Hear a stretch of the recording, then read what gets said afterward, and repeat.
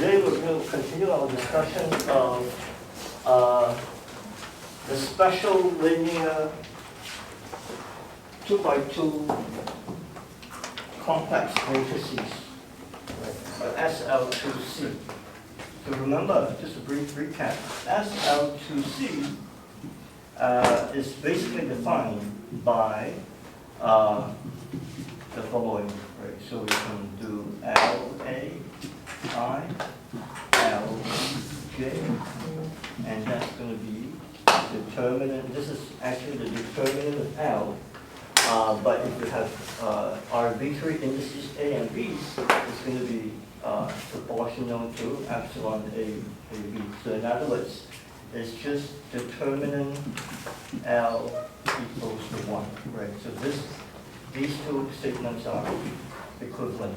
You're just demanding that it's the most general 2x2 complex matrix that has determinant 1. And what we've discovered is that this is a special group, or this is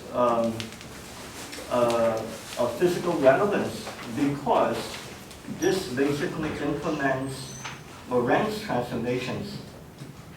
So there's an intimate relationship between the SL2C and the Lorentz group. And how is that so? We have shown that firstly the determinant of P mu sigma mu, where sigma mu are the Pauli matrices together with the identity, this is P squared.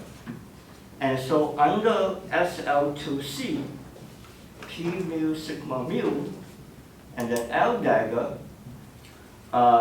if you take the determinant of this, you find that this determinant is also equals to P squared. So that means whatever these two things are doing to this matrix, right? Remember, this is a 2x2 matrix also. So whatever change of basis or whatever transformation is doing, it preserves the Lorentz dot product of P with itself, which tells you that whatever it's doing must be a Lorentz transformation because it preserves P squared. So in fact, in your homework, you will work out explicit examples. And in fact, this is the next step that we're going to embark on, which is to construct what exactly L is. And then from the form of L, you can explicitly compute how does it actually change the sigma mu's. In particular, what we discover is that L sigma mu, L dagger, in fact gives you exactly the Lorentz transformation, L lambda nu mu, right? But exactly how this is going to, what this is going to be, is going to obviously depend on L. And we're going to figure out now that L, in fact, is going to depend on the Lorentz transformation properties. And this, of course, depends on the boost, the rotation angles. Let me write the boost first, because I think that's how I wrote it in my notes. So it's going to depend on the boost parameters, and it's going to depend on the angles, rotation angles. Okay? And so let's do it, in fact. So it's actually not difficult because there is a formula for taking the determinant of the exponential of a matrix. It's given by e to the trace of x. Okay, so we're going to assume that whatever we're going to do here is continuously connected to the identity, right? So that allows us to assume that L takes this form. So if L is e to the x, then, so assuming that it's continuously connected to the identity, continuously connected to the identity. then what you discover is that X must be traceless. X must be traceless.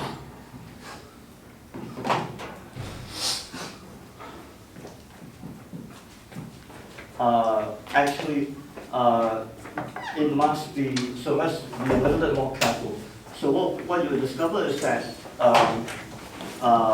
determinant of e to the x is e to the trace. So what I'm going to do is that I'm going to use the fact that X is a 2x2 matrix, and this can be superposed using the Pauli matrices.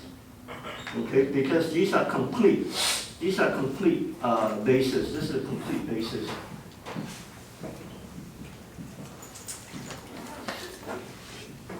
Or orthogonal basis, actually. But in any case, so what you find is that you're taking e to the trace of q nu sigma nu. But if you remember, all the spatial Pauli matrices have determinant, actually they have eigenvalues plus or minus 1. So all of them have trace 0. All of them are trace 0 because they have eigenvalues plus 1 and minus 1. And the trace of a matrix is just the sum of its eigenvalues. And therefore, that's how you should remember is traceless. So the only thing that remains is that this is e to the q0 sigma 0, which is just the identity. So if you take a trace of the identity, you just get twice of q0. Okay, so you want this to be 1. So all you need is that q0 is 2 pi I n, where n is integer. That's all you really need. But you can argue that the only possibility is that you will get, if you plug this in, you will find that basically, and I'm going to stick in an I now, so you'll find that e to the x, if you stick in an I, is e to the minus I, and then I'm just going to call it for now, let's call it something else. I think I can continue to call it qj, sigma j, and then you will get either a plus or minus here. Okay, depending on whether you choose n to be odd or even, you get plus or minus. But you'll find that this object itself contains the negative identity as well. Okay, so negative identity and positive identity is connected in this case. So this is not, you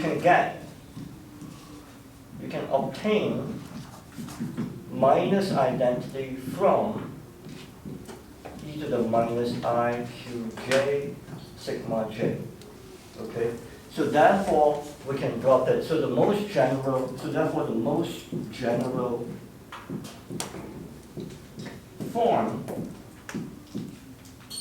of e to the x such that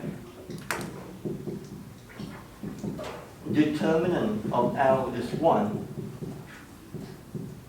is in fact just given by the exponential, and now I'm going to factor out the I'm going to put in a sigma j over 2, right? So right now the q's are completely arbitrary, so I can put any normalization I want. So what I'm going to do is, for convenience, I'm going to put in a 1/2 because I know that these guys obey the correct Lie algebra. And then for the q's, right now these are completely arbitrary, and which means they're actually complex. Okay, they can be complex. And so what I'm going to do is, in fact, I'm going to break it up into the real and the imaginary part. So the real part I'm going to call theta, and then the complex part I'm going to call C. Okay? So that is in fact the most general form of L. So of course, if you remember what I said earlier, I think the last time, I think I may have already written this down. You will remember I told you that this is going to be a boost and this is the rotations.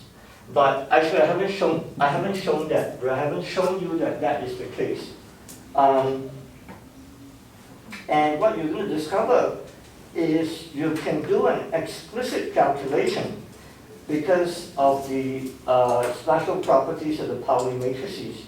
You can do an explicit calculation to check that I'm not BSing, right? I'm not pulling your leg.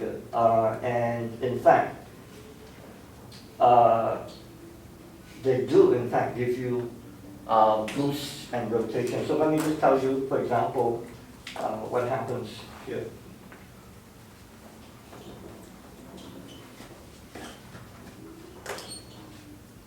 Yeah, so for example, okay, let me do it over there. So,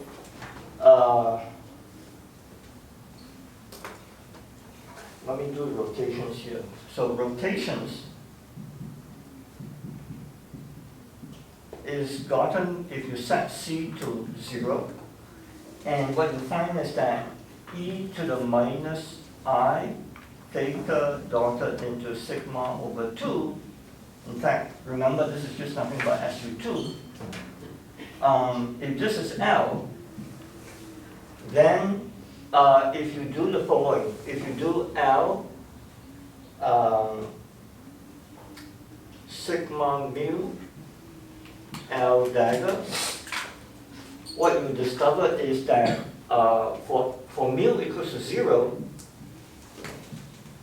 you get identity. So let me just write it down like that. So if for mu equals to 0, you get identity.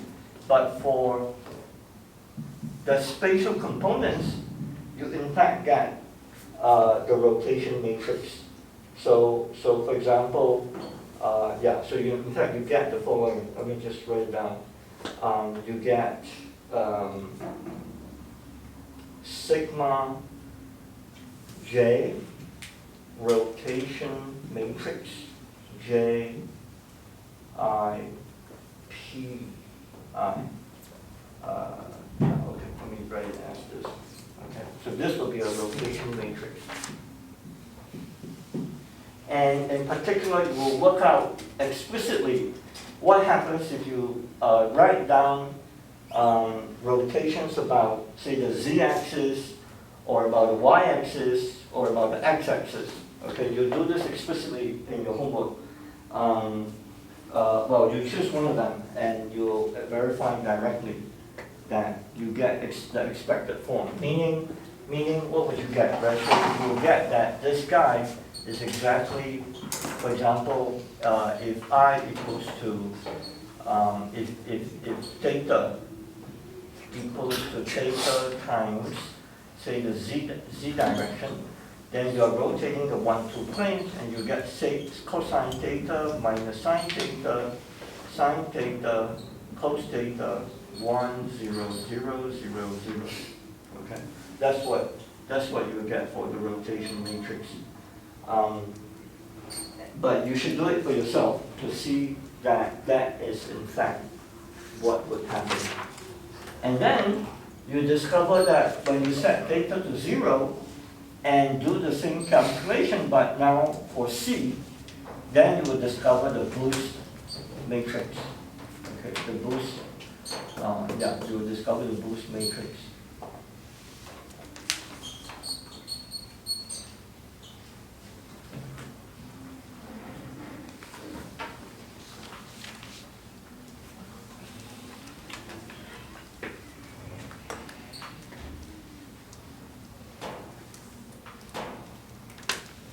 And so, yeah, let me continue here so that I don't have to break it up. So boosts would mean theta equals to 0, and L would now be e to the c dotted into sigma over 2.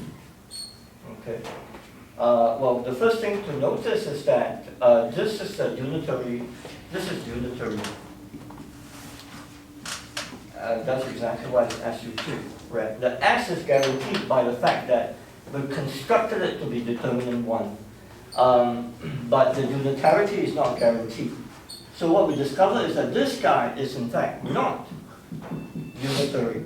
Right? So this is again a reminder that finite dimensional representations of the Lorentz group cannot possibly be unitary. It's just not possible. Now, but if you now do L sigma mu, L dagger, you would in fact discover that this is a boost. So for example, if you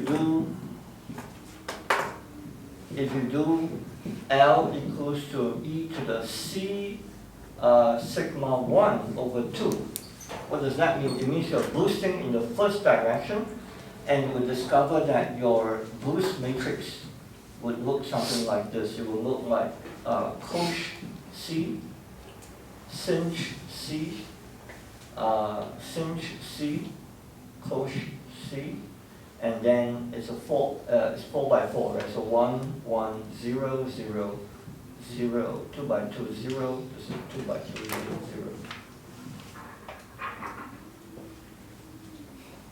Okay?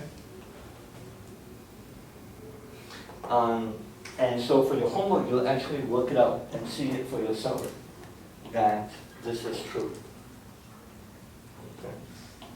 So now that you've seen that L really does implement Lorentz transformations, that it is in fact related to Lorentz transformations, we are now ready to define what are Weyl spinors. Okay? But before that, we should have a deeper group theoretic understanding of what is going on here.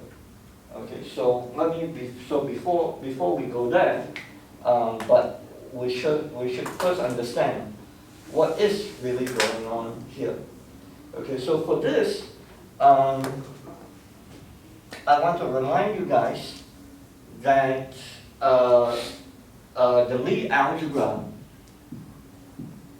of the Lorentz group can be broken up into these J plus minus, and that consists of 1/2 Ji plus or minus Iki. Okay, and what's so special about them is that they decouple. The plus and the minus don't talk to each other, meaning they commute. But between themselves, they obey the angular momentum algebra. Okay? So they are like spin. If you learn spin in quantum mechanics, they are like spin. So what about our situation over here? So we have also shown that the most general Lorentz transformation, in fact, does take that. In fact, takes this form, right? It takes the following form: it's the exponential of e to the I c dotted into the boost. This is the boost generator. And then minus I theta dotted into J, where this is the rotation generator. Okay. So what it tells you is therefore we should be able to take our L over here and then actually try to see whether can we read off the corresponding generators. Okay. So let's do that. Okay. So if you look at if you look at this guy, you can write this as e to the minus I c, and then you get I sigma over 2. Yeah, because minus I and I will give you plus 1, and then c dotted into sigma over 2. And then the rotation part is just minus I theta, and then dotted into sigma over 2. So in other words, you can identify, you may identify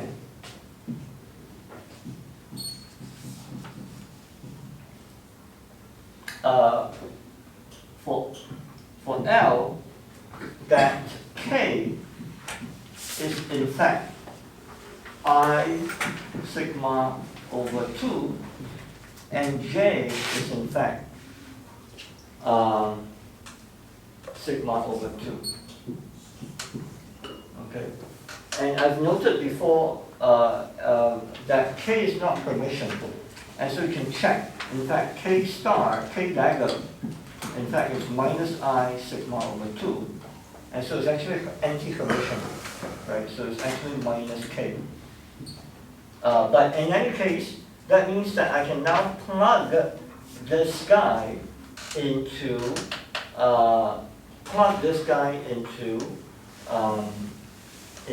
this algebra and figure out what it is. So what do I mean by that? So let's plug it in. So Ji plus, okay, the two pairs of angular momentum operators. The first pair, the plus pair, is now going to look like this. 1/2 Ji is sigma over 2, and then plus K is I squared sigma over 2, and you discover that I squared is 1, so in fact this is 0. Okay? So if it's 0, then of course it will satisfy this equation because it's 0 anyway. Okay? But now let's do the minus part.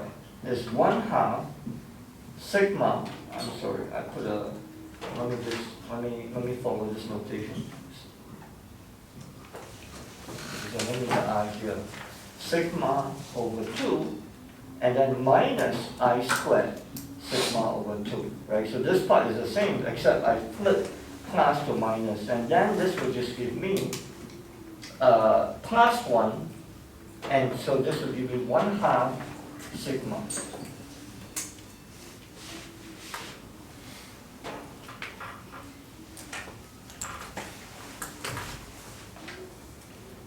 All right. So certainly you know that the Pauli matrices are exactly the ones that satisfy this angular momentum algebra.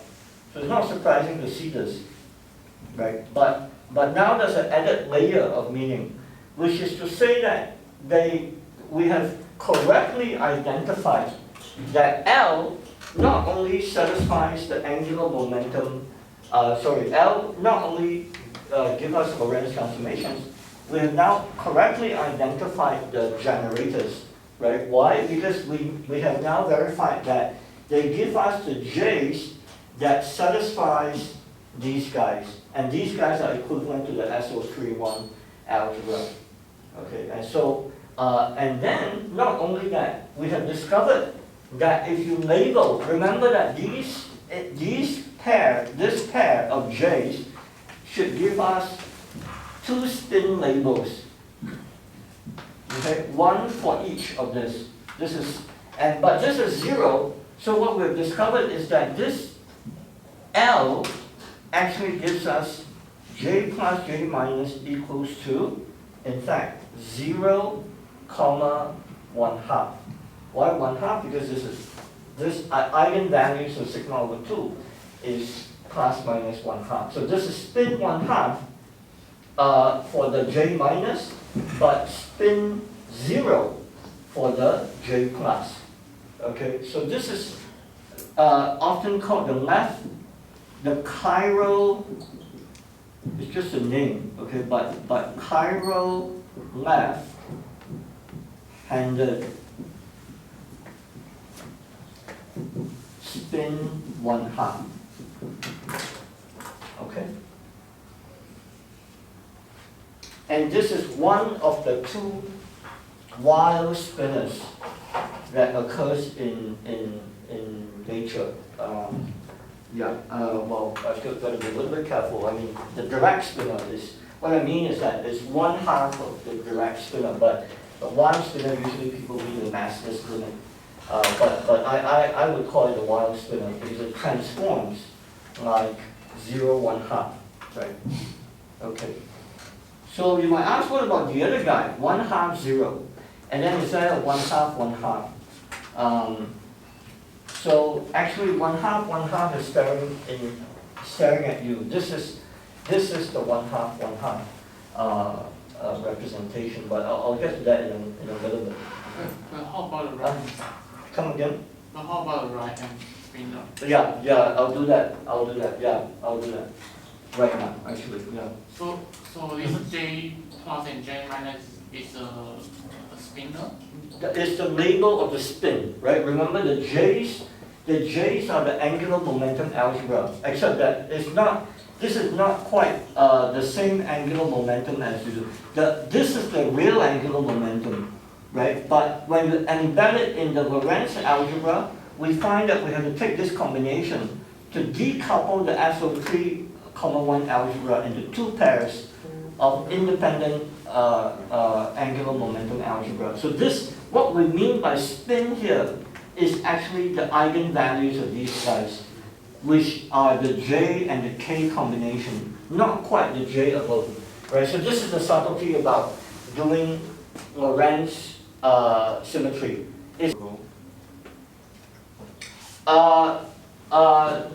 No, I think it's observable in the sense that the spin does interact with things like magnetic fields and so on. Yeah, so we can deduce, right? So what we do in quantum mechanics does probe the rotation part of this, right? So just to be clear, where is it? Yeah, here. So as long as you're not boosting, right? As long as you're not boosting, then you are probing this part of the interaction. Yeah. So what shows up when you do non-relativistic quantum mechanics? So if you take the next semester of my quantum mechanics course, we will do calculations involving this, right? Spin dotted in the B field. And this, in fact, is part of this algebra. Okay, so I wouldn't say that it's not observable, but spin half, it's spin half,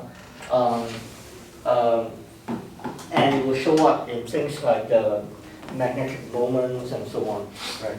There are at least indirect ways to show that you are really dealing with a spin half system. And it is, if you mean in a technical sense also, it is Hermitian, right? The J plus and minus are Hermitian. Well, 0 is certainly Hermitian, and J minus is sigma over 2. So it's, in the technical sense, it's also Hermitian, right? And therefore an observable, right? Because in quantum mechanics, we call an observable a Hermitian operator. Okay, so let me answer your question, which is, where's the right-handed guy, right? So, so let me just observe that SL2C simply requires that determinant of L be 1. So I can actually just take the complex conjugate on both sides, right? So if this is true, then certainly this is true as well. I don't need to do any calculations, right? Because I just take the so what it means is therefore L star must also be allow me to implement Lorentz transformations. So what is it? It's exponential of C dotted into, now it's plus I theta dotted into sigma star over 2. Right, so this is now L star. All I have done is I've taken the complex conjugate version of this.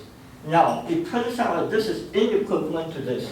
And I guess the easiest way to show you is that this is not the same as this. In other words, it doesn't implement the same type of Lorentz transformations. And the easiest way to show you is that it will give you half zero, okay, which right away tells you that it's not the same because it was half zero, okay. So let's do that. So how do I see that? It's e to the, again, I use the same trick, right? I write down minus I, and then it's c, and then dotted into I sigma star over 2, okay?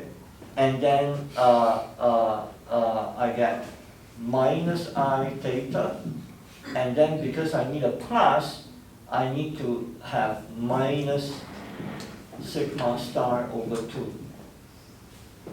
Okay? Let me just check, yeah.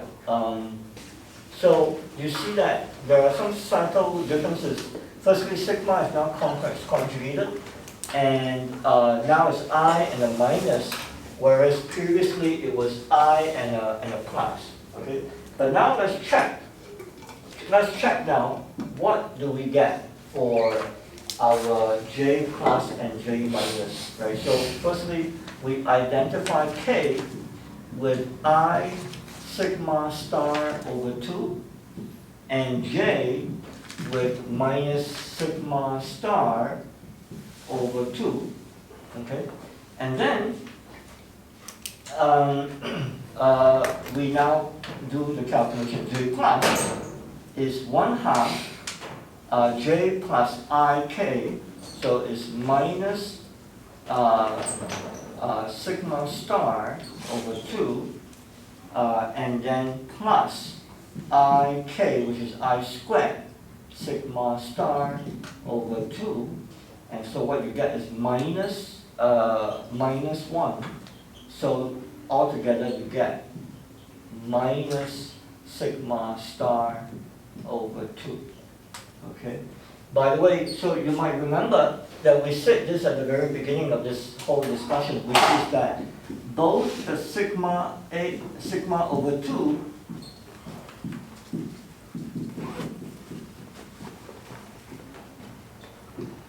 and the complex conjugate, but you need to stick in the minus sign.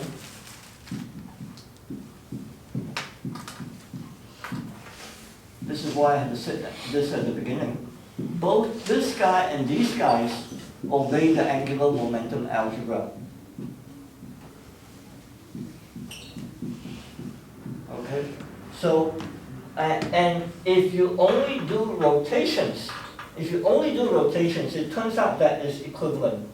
But now you discover that once you include the Lorentz boost, you find that they're not equivalent because of this. You will find that we're about to discover that now this is J plus, J minus is what? Is 1/2 minus sigma star over 2 minus I squared sigma star over 2, and now they cancel out, so this is 0. Okay?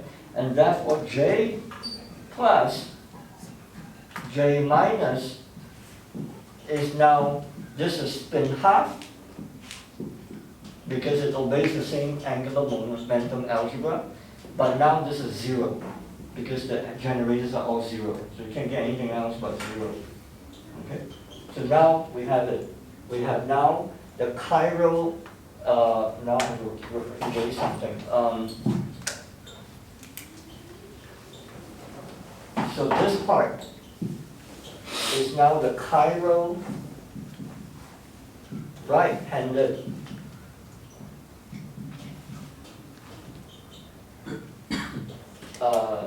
spin half, Weyl spinor. Okay. Any questions for me? What's the Yeah. meaning of the word chiral? Chiral, because it's a handedness. Yeah, it's a handedness, yeah. So in some sense it's a bit redundant, but I just want to mention that that's what people use to describe handedness when it comes to spinners. Yeah. Yeah, but technically it really comes down to this, right? One is 1/2 0, the other one is 0 1/2. Yeah. And then, yes. How does it connect to the Carroll representation or the Weyl representation? Yeah, so we'll talk about that, right? So what you are referring to is probably how we write the Dirac equation. So the Dirac equation has the Weyl basis. So that's exactly where I'm going. I'm trying to show you that the Weyl spinors are actually the fundamental objects. That's not how it's usually taught, right? But I want to emphasize that there's a 1/2 0 and the 0 1/2 part, and they are actually inequivalent representations. It turns out, so let me just give you the overview. So it turns out that there is no transformation that you can bring from one to the other, and what you will say is therefore they're therefore parity. There's no parity operator that will bring you from this representation to this representation. And so to actually include parity as an operation in this discussion, you would be forced to combine the 2 by 2. This is a 2-component object is acting on, right? So the L here is a 2 by 2 matrix. The L star here is also a 2 by 2 matrix. So to combine it into a form such that the resulting spinor that is X on also enjoys parity invariance, then you need to combine them together to form the Dirac matrix. And then those Dirac matrix is right in this form is called a Weyl basis. So we'll do that, but that requires knowing something about parity, which I'll do next time. Right? I'm not going to talk about parity for now, but that's where we're going. Right? So essentially, and that also pertains to your question. Right? Chiral is related to parity. It comes down to the following: there's no matrix. You cannot find a matrix that gives you minus sigma I. There's no such thing in this representation. And this, in turn, is related to the connection between L and L star. If there were such a matrix, then I claim that you can relate L to L star. But there's no such thing. Yeah, you can prove that there's no such thing. I have a short discussion in my notes, but I'm not sure if I'll reproduce it here. But that's the point, right? So that, yeah. For this structure, it has a sympathetic form. Sympathetic form. Yeah, but means here, I don't know if yeah, that's but it's like sympathetic form. I think you are referring to the fact that in Hamiltonian mechanics, you have something like that, right? Yeah, not quite. So we'll do it. So yeah, so bear with me for I think until next week. okay. I will tell you what the Dirac matrix looks like, right? But it will just involve some more discussion, right? But like I said, it will involve parity. But yeah, just hang on for a moment because I want to stick on with the Weyl discussion. Yeah. So let me emphasize: these are the fundamental objects in nature. They don't talk about it like that, but I want to emphasize it because my whole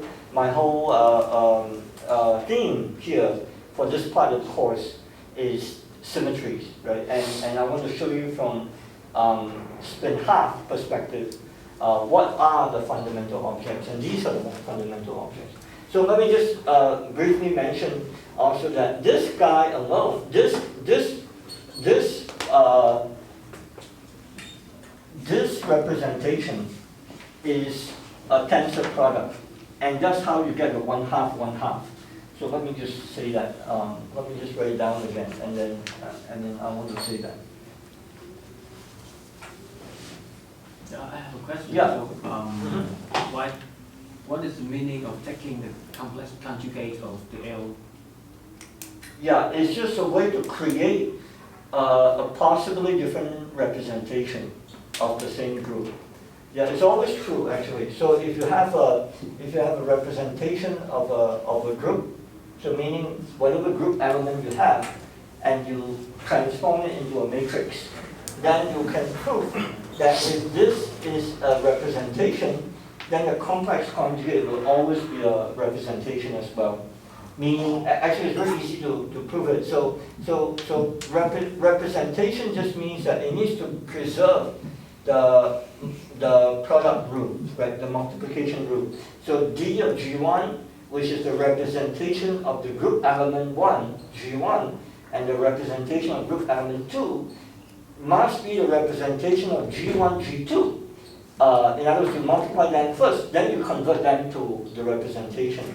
So if that is true, then you just take the complex conjugate on both sides, and you discover that, firstly, you do this, but these are just matrices, so it's the same as taking the product of the matrices first, and then taking the complex conjugate. But that means that you can first do this multiplication, which means that it's just G1, G2, and then you convert into the representation, and then you take the complex conjugate. Well, that means that the stars just give you a representation, just as the unstarred guys give you a representation. Right? So, I should mention that even though this is a representation, sometimes it's equivalent. So sometimes you can find a transformation that will bring you to the complex conjugate representation. Okay, so then if this is the case, then you will say that D star and D are equivalent. There's a whole jargon of what pseudo-real and real and so on, but let's not talk about that for the moment. But physically speaking, you should think of them as the same, because there's just a change of basis, right, that will bring you from D to D star. But as I've said already, for this case, the reason why I'm emphasizing it is because they are different, right? And the easiest way to remember is that this gives you the chiral right, and that gives you the chiral left. And there's no parity operator that connects the chiral left and chiral right together. And that's why the L and L star, you already know their representations, but now because you know there's no parity operator, you know that also they are not the same. There's no such U that will connect them in this case. Yeah. It's not true if you only look at rotations alone. If you look at rotations alone, then it turns out that the star and the unstarred are the same. So let me just say that. So if you just look at rotations, okay, this is just rotations alone. It turns out that there is in fact a transformation that will bring you to the star version, which is e to the plus I over 2 theta dotted into sigma star. There is in fact. I think it's just the epsilon, it's just the Levi-Civita. If you sandwich this between Levi-Civita, epsilon dagger, you'll find that you get from here to here, which means that for rotations, the two representations are the same. Equivalent, physically equivalent. But once you include boosts, you'll find that's not true. And it's intimately tied to the fact that the boost part has no I, okay, but this has an I, you see. Yeah, so that's a very subtle point, but a very important point. Once you include boost, there's no way you can relate the two representations. Yeah. Okay, so let me just again talk about that one-half representation. Yeah, okay, so let me go for another 10 minutes. So one-half, how do you see it? So we've already seen that L gives you 0, 1/2. In other words, the J minus is 1/2, and here this J plus is 1/2. So if you take the tensor product of these two guys, if you do L and L star together, then this is like the tensor product of J, let me make sure I get it right. This J minus equals to 1/2, and J plus equals to 1/2, right? So that's why we call it 1/2. Now we can add this guy on something, and then see what it does. And then we can deduce what's the meaning of 1/2, 1/2. By the way, if you know angular momentum addition, you know when you take the tensor product of 1/2, 1/2, the total, you can already guess, has to run between the sum and the difference. Okay, so I don't know if you guys are familiar with this, but this means that when you take a tensor product like that, you should get spin 1 and you should get spin 0. Okay?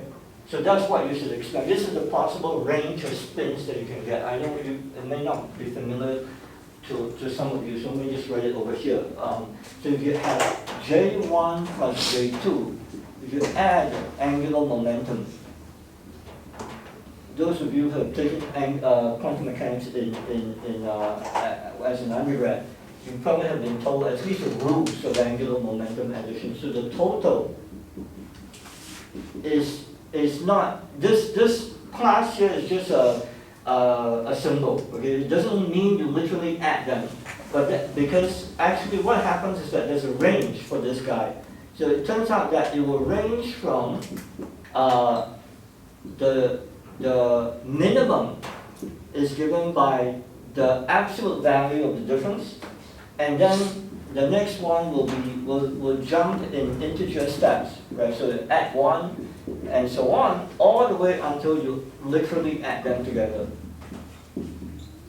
Okay, so this is a range of possibilities that you can get in integer steps. So in this case, the two spins that we talk about, J1, J2, are both 1/2.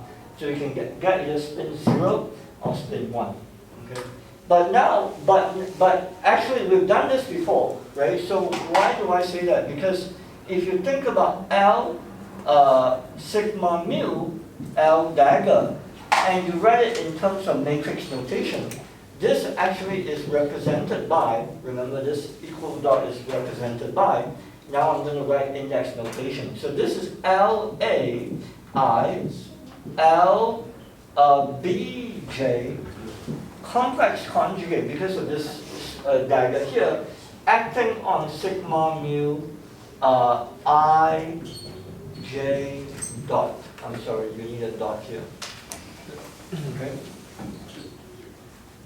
And so, in fact, I should also mention, in case I forget, why is there a dot on this index? Now we can talk about that, because now you realize that the dot refers to the L star complex, L star transformation, right? Because that's why I contract the dots with the dots, the undotted one with the undotted one. Because now you've discovered that L transforms differently from L star. And this is L star, right? So this is the L, this is the L star. And we've just shown that L star is an inequivalent representation to L. It's not the same. Sorry, I didn't show it, but we just said that this is inequivalent from this. And so that's why we distinguish between the dotted and undotted indices. They transform differently.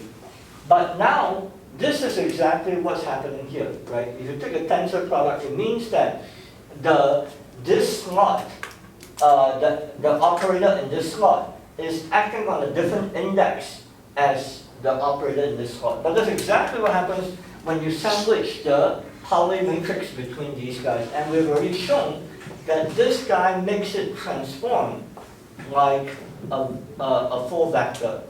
I'm sorry, this gives you A, B dot. And then this gives you lambda nu mu. So in other words, L cross L star gives transforms operates on sigma mu and makes it transform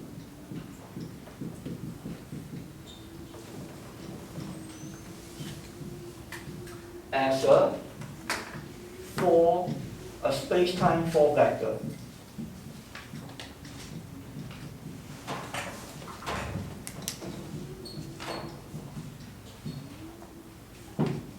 And that's what you should remember. When you see 1/2, 1/2, in this context, you should associate it with a space-time 4-vector. Okay. And this also should remind you of the fact that we were able to, the deeper way to think about this change of basis that we did earlier. Where remember that we managed to do P mu and convert it to PAB dot, and then vice versa. And so this change of basis, you should think of it as writing it, if you write it this way, you're showing explicitly that this is a 1/2, 1/2 representation.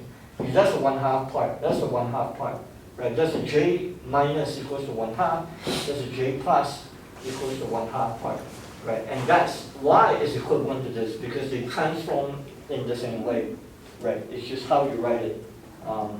So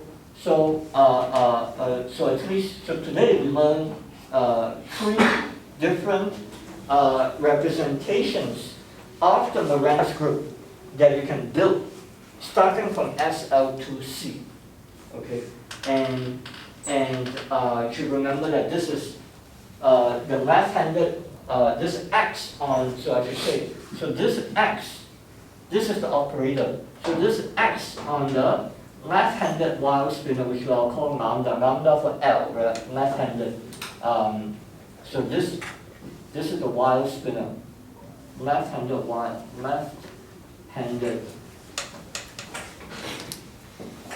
spinor. We'll talk more about this, but you should remember that we already diagonalized. If you guys remember, we already diagonalized P hat dot sigma. Right, and we were able to get this down to the helicity eigenstates.